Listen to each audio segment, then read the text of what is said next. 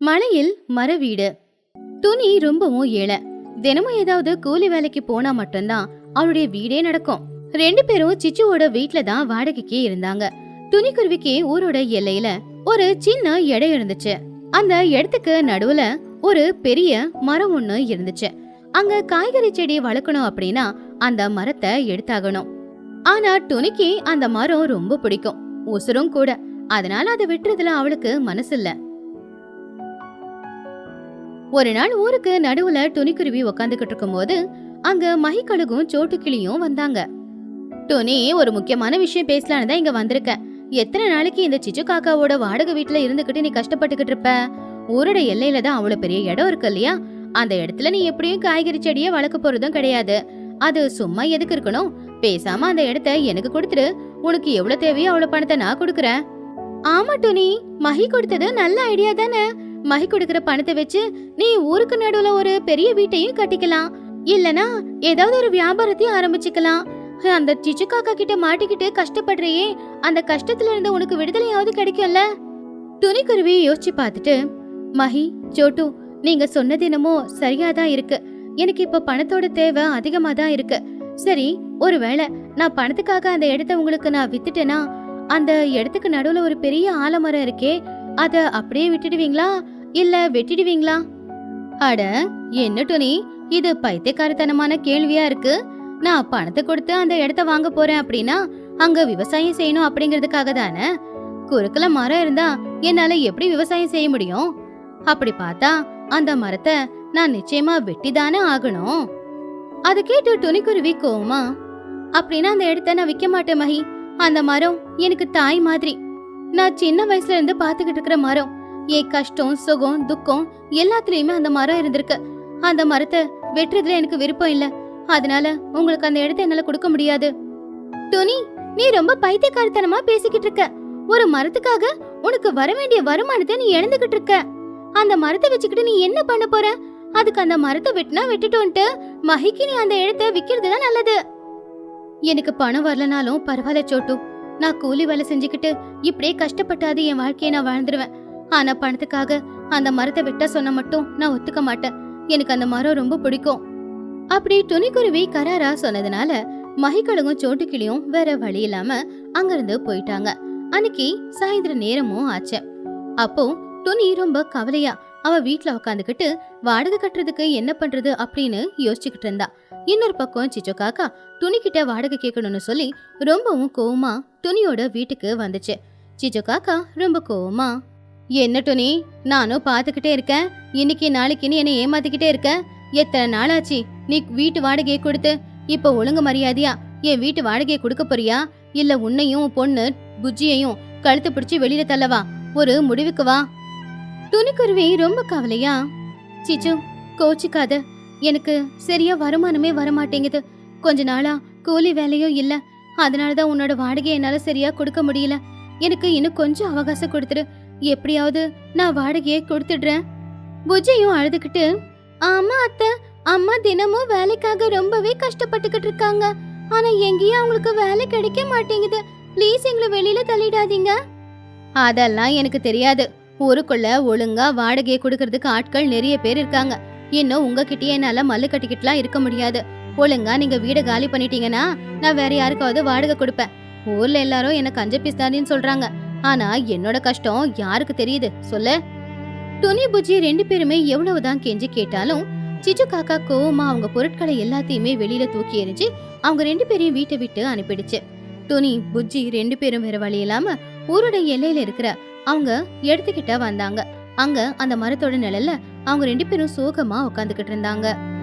அழாத புஜ்ஜி, நமக்காக யாருமே இல்லனாலும் இந்த மரம் நமக்காக இருக்கு. இன்னையில இருந்து இந்த மரம் தான் நம்ம வீடு. நான் இன்னும் அதிகமா கஷ்டப்பட்டு உழைக்கிறேன். அம்மா, இங்க ரொம்ப இருட்டா இருக்குமா. எனக்கு ரொம்ப பயமா இருக்கு. நாம இந்த மரத்துக்கு கீழே எப்படிமா வாழ்றது? பயப்படாதம்மா, அம்மா தான் இருக்கல, என் மடியில படுத்துக்கோ. இந்த மரமே நம்மள காப்பாத்தும். அப்படி அன்னைக்கு நாள் ராத்திரி ரெண்டு பேருமே மரத்துக்கு கீழே தான் படுத்து தூங்கிக்கிட்டு இருந்தாங்க. அப்போ திடீர்னு அங்க வானிலை மாற ஆரம்பிச்சுது. சில்லுன்னு காத்து வீசிச்சு. இடி மின்னல் சத்தத்தோட பயங்கரமா மழை பெய்ய ஆரம்பிச்சுது. அந்த மழை தூங்கிக்கிட்டு இருந்த ரெண்டு பேரையுமே நினைச்சுது. ரெண்டு பேரும் அந்த மழை தண்ணி விழுந்த உடனே துடிச்சு பிடிச்சி எழுந்திருச்சு உக்காந்தாங்க. அம்மா, எனக்கு பயமா இருக்குமா. ஏமா இப்ப போய் இந்த மழை வருது? இந்த மழையை பார்த்தாலே எனக்கு பயமா இருக்கு. நம்ம நனைஞ்சுக்கிட்டு இருக்கோம், எனக்கு குளிர் எடுக்குது வேற. இந்த இடி மின்னல் சத்தம் கேட்டாலே எனக்கு ரொம்ப பயமா இருக்குமா. துணிக்குருவி புஜ்ஜி குருவியை கட்டி பிடிச்சிக்கிட்டு, பயப்படாத புஜ்ஜி, நமக்காக இந்த மரம் இருக்கு. நாம இந்த மரத்தை இறுக்கமா கட்டி பிடிச்சிக்கலாம். இந்த மழை நம்மளை எதுவும் செய்யாது, ஏன்னா நம்மளை காப்பாத்துறதுக்கு இந்த மரம் இருக்கு. மழை இன்னும் அதிகமாயிக்கிட்டே இருந்துச்சு. காத்தோட வேகமும் கூட ரொம்ப அதிகமாயிக்கிட்டே இருந்துச்சு. அந்த காத்தோட வேகத்துக்கு அவங்க நின்றுக்கிட்டு இருந்த மரம் பயங்கரமா அசைய ஆரம்பிச்சுது. அது அசைற அசைவுக்கே அவங்க ரெண்டு பேரும் ரொம்பவும் பயந்து போயிட்டாங்க. அப்போ திடீர்னு அவங்க எதிர்பாராத நேரமா அவ்வளோ பெரிய மரம் அப்படியே காத்துக்கு பாதியா சாஞ்சிடுச்சு. ஐயோ புஜ்ஜி, மரம் சாயுது, அந்த பக்கம் போ. அம்மா, மரம் பாதி அப்படியே கீழே சாஞ்சிச்சுமா. பாதி மரம் தான் இருக்கு. நல்ல வேளை உயிர் தப்பிச்சோம். அந்த மரம் நம்ம மேல விழுந்திருந்தா இந்த இடத்துக்கு நம்ம உயிரே போயிருக்குமா. ஆமாமா, கடவுள் நம்மளை காப்பாத்திட்டாரு. இந்த மரமே விழுந்தாலும் நமக்கு எதுவும் ஆகல. இன்னைக்கு நாம இங்கேயே இருந்துக்கலாமா. அப்படி அன்னைக்கு ராத்திரி முழுக்க புஜ்ஜியும் துணியும் அந்த மலையில நனைஞ்சுக்கிட்டு அங்கேயே இருந்தாங்க. அடுத்த நாள் காலையில விடிஞ்சது. இப்போ மழையும் நின்னு போச்சு. ஆகாயம் ரொம்ப அமைதியா இருந்துச்சு. சூரியன் மெதுவா வெளியில வந்துகிட்டு இருந்தான். அப்போ புஜ்ஜி துணி ரெண்டு பேரும் பார்த்தாங்க. மரத்தோட மேல் பகுதி பாதி கீழே விழுந்திருந்தாலும் கீழே இருக்கிற பாதி பகுதி அப்படியே தரையில ஸ்ட்ராங்கா தான் நின்னுக்கிட்டு இருந்துச்சு. அது ரொம்ப சமமாவும் இருந்துச்சு. அதை பார்த்த உடனே புஜ்ஜி குருவிக்கு ஒரு யோசனையும் வந்துச்சு. அம்மா, அங்க பாரு, மரம் பாதியா கீழே விழுந்துருச்சு. மீதி மரம் கீழே தரையில அப்படியே ஊண்டி இருக்கு. அந்த மரத்தோட பகுதி பாரு, இவ்வளவு நல்லா பெருசா இருக்குல்ல. என்கிட்ட ஒரு யோசனை இருக்குமா. நாம ஏன் அந்த மரத்துக்கு மேலேயே ஒரு வீடு கட்டிக்க கூடாது? துணிக்குருவி அதை கேட்டு ஆச்சரியமா, மரத்துக்கு மேல வீடா? அது எப்படி முடியும் புஜ்ஜி? நம்ம கிட்ட வீடு கட்டுற அளவுக்கு பணம் கூட இல்லையே. அம்மா, இதுக்கு பணம் எல்லாம் எதுவும் தேவையில்லம்மா. இந்த மரத்தோட கிளை இருக்கு, இலை இருக்கு. அதை வச்சு நாம அழகா ஒரு வீட்டை கட்டிக்கலாம். தரையில வீடு இருந்தா மழை தண்ணி வீட்டுக்குள்ள வரும், வீடு சேர் சேர் ஆயிடும். அது மட்டும் இல்லாம புழு பூச்சியும் வீட்டுக்குள்ள வரும். அதுவே மரத்துக்கு மேல இருந்தா எந்த ஒரு ஆபத்தும் இல்லாம நாம நிம்மதியா வாழ முடியுமா? துணிக்குருவி சந்தோஷமா, ஆமா புஜ்ஜி, இந்த யோசனை உண்மையிலேயே நல்லாதான் இருக்கு. நீ சொல்றபடி இந்த மரத்துக்கு மேல நாம கூடு கட்டிக்கிட்டோம் அப்படின்னா யாருக்குமே வாடகை கொடுக்க வேண்டிய அவசியமும் இல்ல. அது மட்டும் இல்ல, நமக்குன்னு இன்னையில இருந்து ஒரு சொந்த வீடும் இருக்கும்.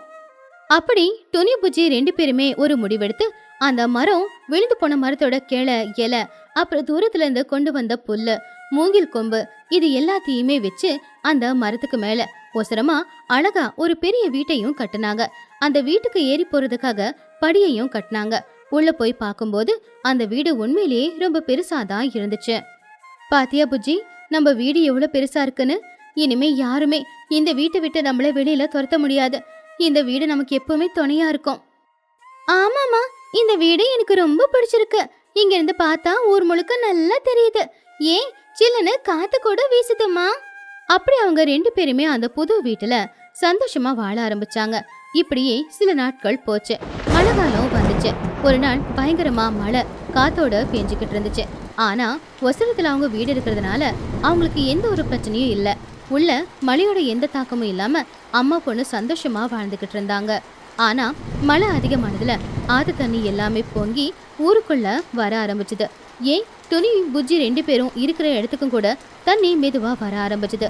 அந்த தண்ணியில அந்த ஆத்துல இருக்கிற மீன்கள் எல்லாம் கூட அடிச்சுக்கிட்டு அந்த இடத்துக்கு வந்துச்சு.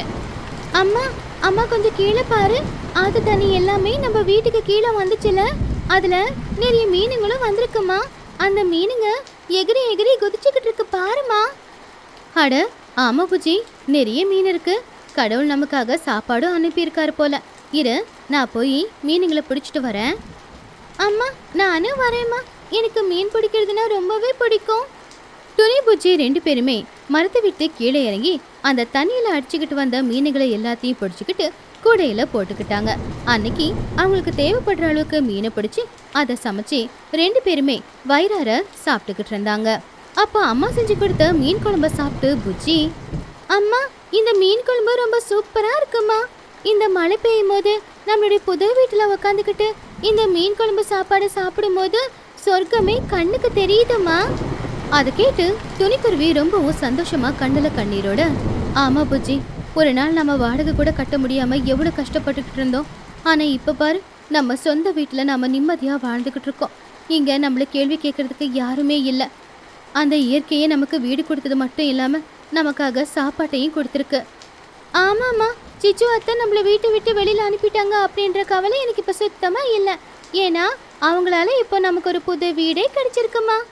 உண்மைதான் புஜி, இந்த வீட்டை விட்டு யாராலையும் நம்மளை வெளியில துரத்த முடியாது. அப்படி துணி பூச்சி 2 பேரும் அந்த மலையில சுட சுட மீன் குழம்பு செஞ்சு சாப்பாடு வடிச்சு வயிறார சாப்பிட்டுக்கிட்டு இருந்தாங்க. அவங்களுக்கு வாழ்க்கையில நிறைய சோதனை வந்து வீடே இல்லை அப்படின்னு போகும்போது துணி நம்பிக்கிட்டு இருந்த அந்த பெரிய மரமே இப்போ அவங்களுக்கு வீடா மாறி இருந்துச்சு. நடுராத்திரியில் படகு பிரியாணி. இந்த வருஷம் வெயில் ரொம்ப அதிகமா இருந்ததுனால பறவைகளோட ஊர்ல வறட்சி வந்துச்சு. வெயிலால ஊர்ல இருக்கிற மரங்கள் எல்லாம் கூட காஞ்சு போச்சு. பாவம், அதனால பறவைங்களுக்கு எங்கேயுமே எந்த ஒரு உணவும் கூட கிடைக்கல. அடுப்பெரியாம சமையல் செய்யாம பாவம் பறவைங்க எல்லாரும் பசியில தவச்சுக்கிட்டு இருந்தாங்க. இப்படி இருக்கும்போது ஒரு நாள் ராத்திரி நேரம் துணி, சோட்டு, லூசி, மஹி அப்புறம் பசங்களான பன்னு, புஜ்ஜி எல்லாருமே ஒரு மரத்துக்கு கீழே உட்காந்து பேசிக்கிட்டு இருந்தாங்க. அப்பா, இந்த வெயிலுக்கு நம்ம ஊர்ல ஒரு பச்சை மரம் கூட காண மாட்டேங்குது. சமைக்கலாம் அப்படின்னு பார்த்தா விறகு எங்கேயுமே கிடைக்க மாட்டேங்குது. 2 நாளா பழம் காய்கறி சாப்பிட்டுக்கிட்டு தான் வாழறோம். என் பொண்ணு புஜ்ஜிக்கு ரொம்பவே பசி தாங்க முடியல. என்ன பண்றதுன்னே தெரியல. ஆமா துணி, நேத்து நான் காட்டு முழுக்க தெரிஞ்சேன். எங்கேயுமே எனக்கு விறகு கிடைக்கல. எல்லாருமே எடுத்துக்கிட்டு இருக்காங்க. வீட்ல என் குழந்தை பசிக்குதுன்னு சொன்னப்போ சாப்பாடு செஞ்சு கொடுக்க கூட என்னால முடியல. இந்த வெயில் காலம் முழுக்க நம்ம எப்படி வாழ்றதுன்னே தெரியல. ஆமா சோட்டு, நான் கூட காலையில எந்திரிச்சு ஏதாவது கிடைக்குமான்னு காட்டுக்கு போய் பார்த்தா எதுவுமே கிடைக்க மாட்டேங்குது. அதுக்கப்புறம் இன்னொரு விஷயம், நம்ம ஆத்தங்கரைய தாண்டி அந்த பக்கம் ஊருக்கு போனா அங்க பச்சை பசேல்னு மரங்க இருக்கான். அவங்களுக்கு எல்லாம் விறகு பிரச்சனையே வந்தது இல்லையா? ஆமா சோட்டு, பக்கத்து ஊர்ல நம்மளோட சிச்சு அந்த ஊர்ல தானே இருக்கு.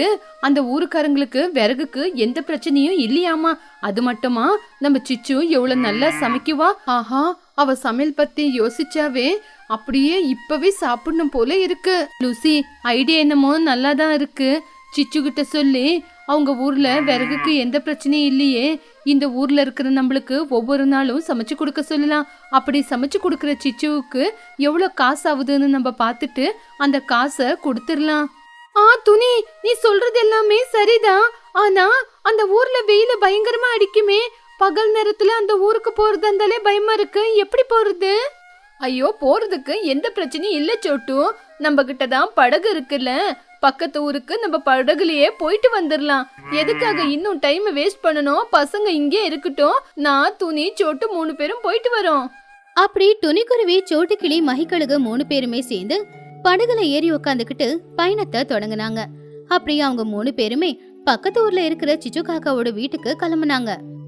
மகி, படக கொஞ்சம் நிதானமா ஓட்டுங்க. எனக்கு படகு அப்படின்னாவே ரொம்ப பயம். தண்ணில எங்கேயாவது விழுந்துருவேன் அப்படின்னு பயமா இருக்கு. பயப்படாத சோட்டு, இந்த தண்ணி எனக்கு நல்ல பழக்கமானது. நான் இருக்கிற வரைக்கும் நீ எதுக்காக பயப்படுற? பயப்படாம வா சோட்டு. இந்த ஆத்துல தண்ணி ரொம்ப சில்லுன்னு இருக்கு. ஆனா இதுக்கெல்லாம் சிச்சு காக்கா ஒத்துக்கணுமே. சிச்சு காக்கா ஒத்துக்குமா இல்லையான்னு தான் எனக்கு ரொம்ப பயமா இருக்கு. சிச்சு ரொம்ப பிஸ்னரியாச்சே. காசை குடுக்கறேன்னு சொன்னா ஒத்துக்கும். ஒத்துக்காம என்ன பண்ணுவா? நம்ம கேக்குறது ஃப்ரீ இல்லல, வியாபாரமா தானே. படகு ஊரு பக்கம் வந்துருச்சு. சரி வாங்க இறங்குங்க, சிச்சு வீட்டுக்கு போலாம். அப்படி 3 பேரும் சிச்சு காக்கா வீட்டுக்கு போனப்போ சிச்சு அப்பதான் அவருடைய வீட்டுல சமையல் செஞ்சுக்கிட்டு இருந்தா. அந்த சமையல் வாசம் வாசல் வரைக்கும் கூட வந்துச்சு. அப்பதான் 3 பேருமே வீட்டுக்கு வந்தாங்க. சிச்சு, ஏண்டி சிச்சு, வீட்ல இருக்கியா? யார் இது இந்த நேரத்துல? அட மகி, துணி, சோட்டு, நீங்க 3 பேரும் இந்த நேரத்துல இங்க எதுக்காக வந்திருக்கீங்க? அதுவும் இந்த நேரத்துல போய்? ஆமா சிச்சு, எங்க எல்லாருக்கும் ஒரு பெரிய பிரச்சனை வந்துருச்சு. அதனாலதான் உன்னை தேடிக்கிட்டு வந்தோம். நீதான் அந்த பிரச்சனைய தீர்த்து வைக்கணும். பிரச்சனையா? என்னாலயா? ஐயோ, என்கிட்ட காசு மட்டும் கேட்காதீங்க. முந்தா நேத்து தான் நான் ஒரு ஃபங்க்ஷனுக்குன்னு புது புடவை வாங்கினேன். இப்ப என் கையில காசே இல்ல. என் வீட்ல உப்பே இல்ல தெரியுமா? நீங்க கடனுக்காக வந்தா எனக்கு தெரியாதுப்பா. ஐயோ, கடனுக்காக இல்ல சிச்சு. எங்க ஊர்ல சமைக்கலாம் அப்படின்னு பார்த்தா எங்கேயுமே விறகு இல்ல.